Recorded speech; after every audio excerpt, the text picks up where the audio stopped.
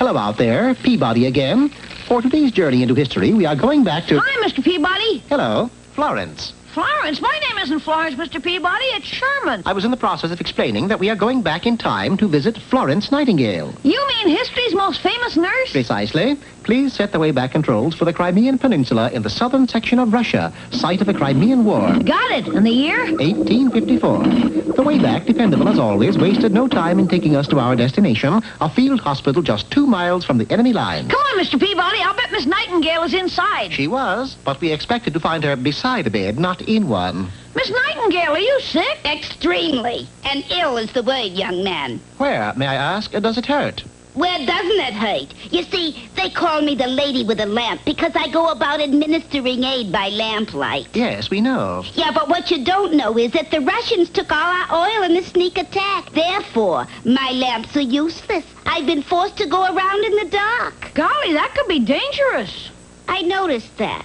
So far this week, I've fallen into 22 trenches. But don't you worry, Miss Nightingale. We'll get the oil back for your lamps. Won't we, Mr. Peabody? Of course. Sherman and I started off immediately and under cover of darkness managed to successfully slip into the Russian camp. Finding the oil drums was no problem, for they were stacked everywhere. So far, so good. Less than an hour later, Sherman and I were sitting atop a horse-drawn wagon filled to capacity with oil drums and heading back for the Allied lines. Just one moment. Where do you think you are going? Uh-oh, a soldier. I'll throw him off the track. The general asked us to bring these oil drums to him. Good, then put them here in my tent. In your tent? Why? Why else? I'm the general. Sherman's boo-boo left us nothing to do but follow the general's orders. Seems silly that I would order oil drums brought to my tent, but I am general, so must be good reason. Quite right. Now, if you'll excuse us, but as we turn to leave... General, somebody has stolen a bunch of oil drums. Needless to say, that tore it. We were quickly apprehended as spies and placed in a prison tent under heavy guard. What are we going to do, Mr. Peabody? It has become quite obvious the only way we can get the oil from Miss Nightingale is to have the general himself send it back. The general? How are we going to do that? That will be simple. The problem right now is getting ourselves some disguises. I solved that problem by taking the hair from a mattress on the cot and fashioning beards for Sherman and myself. Eluding our guards by slipping under the back of the tent, we went directly to the front of the general's quarters. Get me a bucket of oil from that drum, Sherman. Yeah, here you are, Mr. Peabody. Now what? First, I pour it on the ground, like so. General, could you come out for a moment? Coming. What's over here? What's going on? What happened? It appears as though you slipped on some oil. Who are you? I am Mr. Peabody, and this is Sherman Skovich. Nice to know you, but isn't the kid a little young to have a beard? Not really. You see, he's a little shaver who never shaves. Are you kidding? I will go get something to eat. Maybe it will calm my nerves. That is our cue, Sherman.